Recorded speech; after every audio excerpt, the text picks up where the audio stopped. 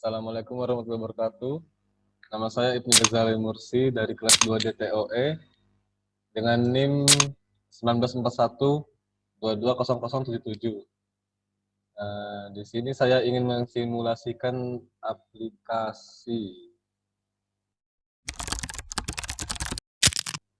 Di sini ada larutan asam basa.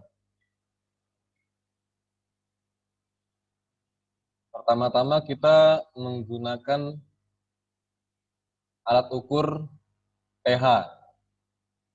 pH sendiri adalah singkatan dari power of hydrogen yang berguna untuk mengetahui kandungan asam dalam sebuah larutan.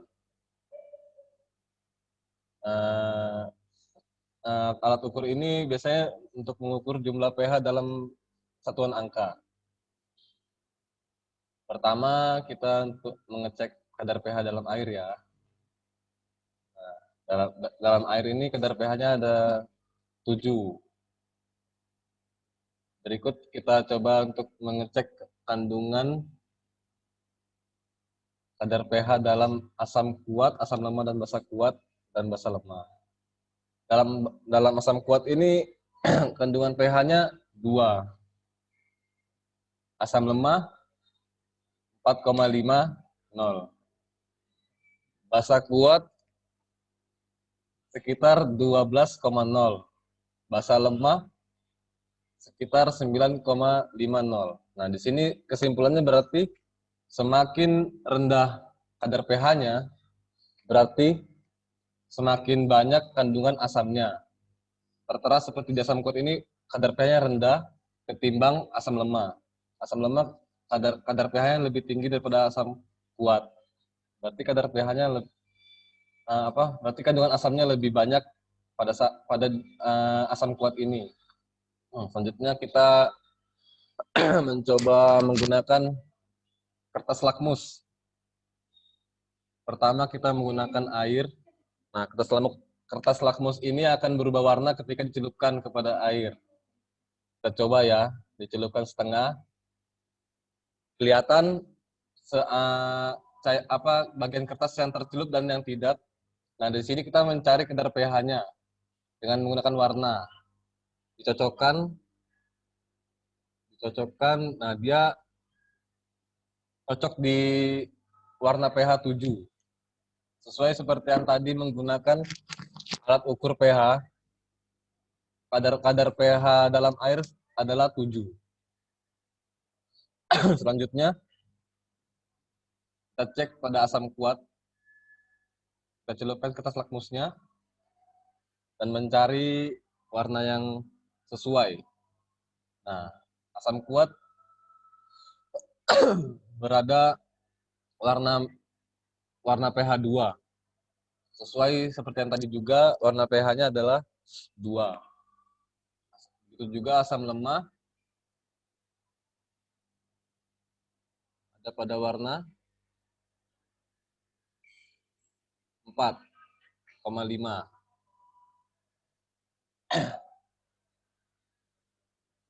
Basa kuat pada warna pH 12. Dan basa lemah berada pada warna pH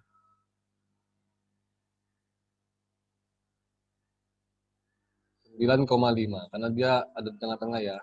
Sesuai tadi ukuran pada saat mengukur menggunakan ukuran pH tools yang ini. Selanjutnya kita menggunakan tools sebuah rangkaian baterai. Di sini ada baterai, lampu dan lempeng besi plus minus. Nah, di sini bertujuan untuk mengetahui kandungan ion elektrolit pada cairan. Apakah baik untuk mengantarkan listrik atau tidak. Di sini kita coba untuk mencelupkan pada larutan air. Nah, lampunya hanya menyala redup, sangat redup. Berarti di sini kandungan elektrolit ionnya sangat rendah dan berjarak. Selanjutnya pada asam kuat, kita lihat di sini ada banyak banget kandungan ion elektrolitnya dan tidak berjarak berjauhan. Kita coba untuk mencelupkannya.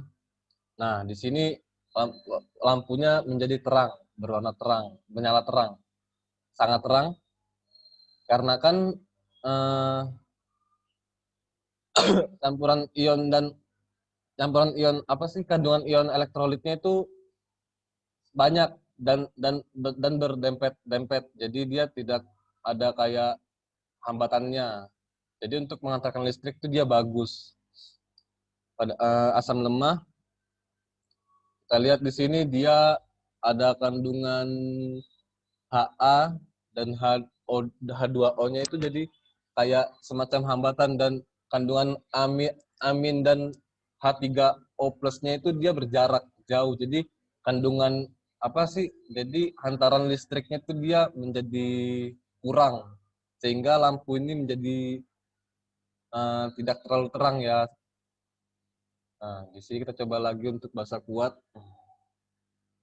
Jika dicelupkan, nah sama seperti asam kuat, dia memiliki ion M plus dan OH-nya yang rapat-rapat dan tidak berjarak dan banyak. Jadi dia dapat mengantarkan listrik dengan bagus dan menyalakan lampu tersebut dengan terang. Basa lemah ini sama seperti asam lemah yang tadi. Dia memiliki jarak ion yang jauh dan sedikit, jadi tidak terlalu bagus untuk mengantarkan listrik.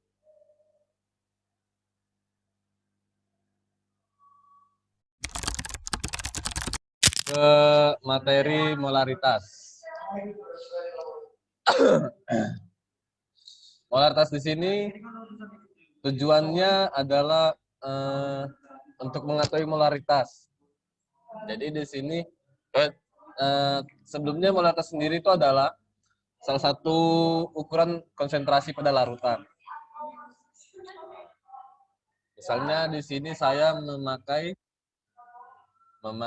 nikel. Saya menggunakan larutan nikel. Saya memberi larutannya sekitar ya setengah liter dengan larutan nikelnya itu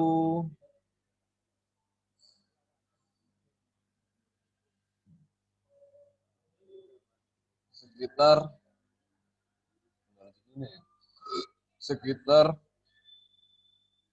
700 mol. Nah, di sini kita sebenarnya bisa menghitungnya dengan menggunakan rumus M sama dengan N per V.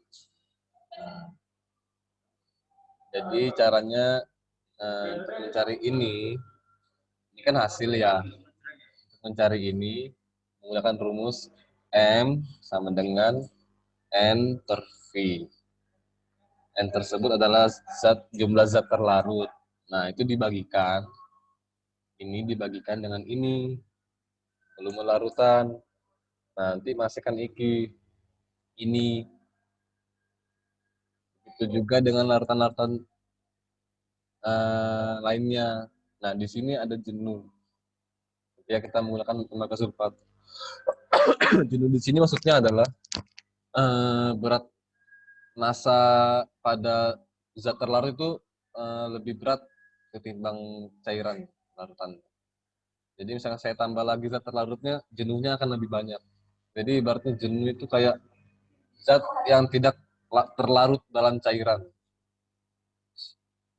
Itu juga bisa disebabkan oleh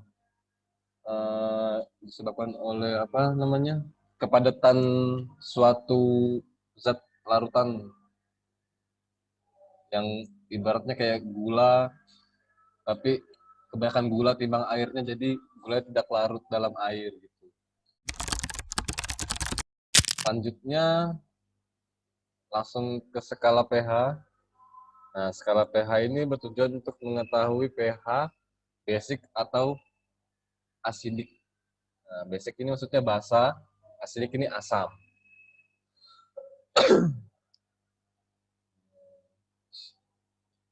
Di sini ada alat ukurnya. Pertama kita coba menggunakan kopi. Nah, kopi ini berjumlah setengah liter atau 0,50 liter. Kita coba ukur, dia berada pada pada pH asidik. Dia berada pada pH asidik dengan nilai 5. Nah, ini murni kopi. Tapi ketika kita tambahkan air jadi 1 liter,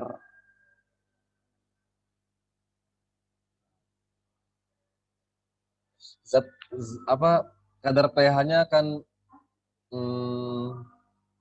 berkurang untuk mencapai netral karena kandungannya ini sudah tercampur dengan air. Begitu pula dengan misalnya sabun mandi. Sabun mandi ini kandungan pH-nya dia masuk dalam basic. Ini murni sabun mandi. Nah, ketika dicampurkan dengan air sebanyak 1 liter, jadi sebanyak setengah liter jadi 1 liter, kadar pH-nya turun menjadi 9,70. Karena ini menjadi sebuah campuran, sudah bukan pure sabun mandi. Ini kita lanjut ke balancing chemical equation. Kita di sini menggunakan tools neraca ya. Nah, di sini ada senyawa N dan H. Kita di sini mencoba memasukkan masing-masing satu.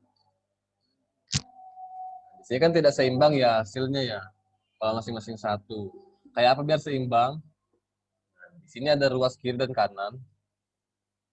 N ruas kiri dan kanan. Ruas kiri berjumlah 2 dan ruas kanannya 1. Bagaimana biar seimbang? Kan di sini harus tambah 1 lagi. Nah, ruas kanan ini harus tambah 1 lagi. Kita coba menambahkan 1 lagi. N ruas kanan. Nah, jadi seimbang. Setelah itu ini tidak perlu apa-apain lagi. So, kita fokus langsung ke sini.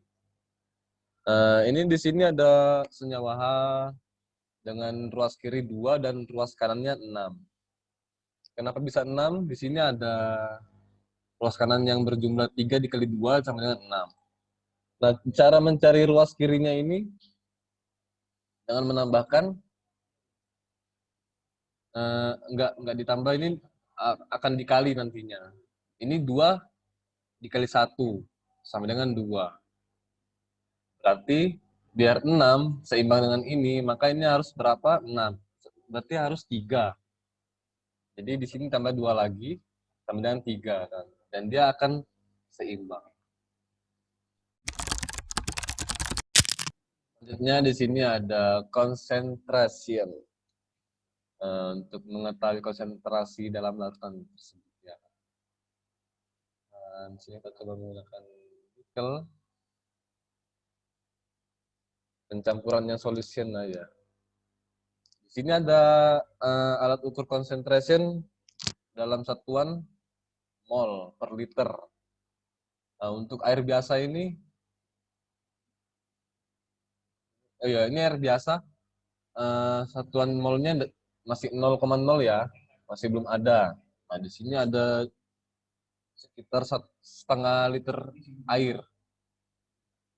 Nah, kita coba untuk memasukkan campuran larutan nikel sebanyak setengah liter jadi 1 liter ya.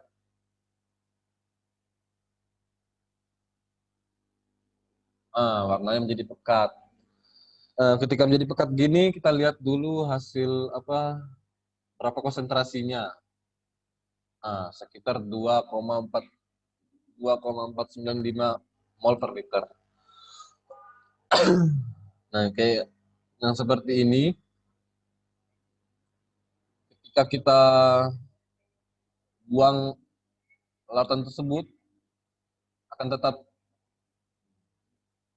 kita bikin setengah.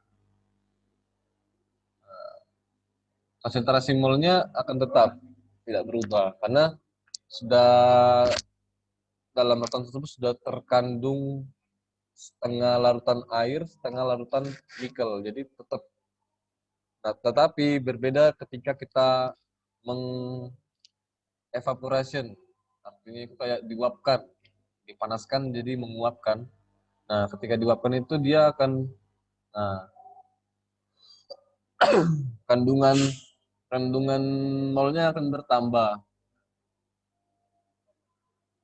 karena yang diuapkan ini adalah airnya. Jadi kandungan nikel ini tidak ikut teruap.